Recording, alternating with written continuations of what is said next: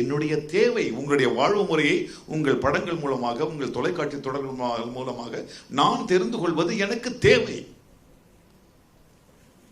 இப்படி ஒரு 20 வருட காலமாக இந்த சிங்கப்பூர் மலேசியா நண்பர்களிடம் பேசி பேசி பேசி கடைசியில் ஒரு படம் சென்ற ஆண்டு மலேசியாவில் எடுக்கப்பட்டது, ஜகட் என்கின்ற ஒரு படம்.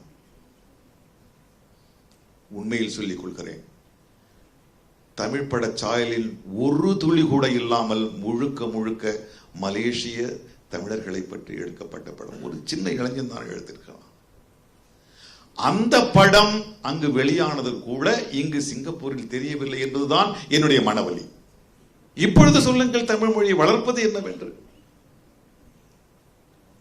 சர்வதேச படத்திற்கு, சர்வதேச தரத்திற்குடைய சமீபத்தில் வந்த தமிழ் படம் ஜகாட்.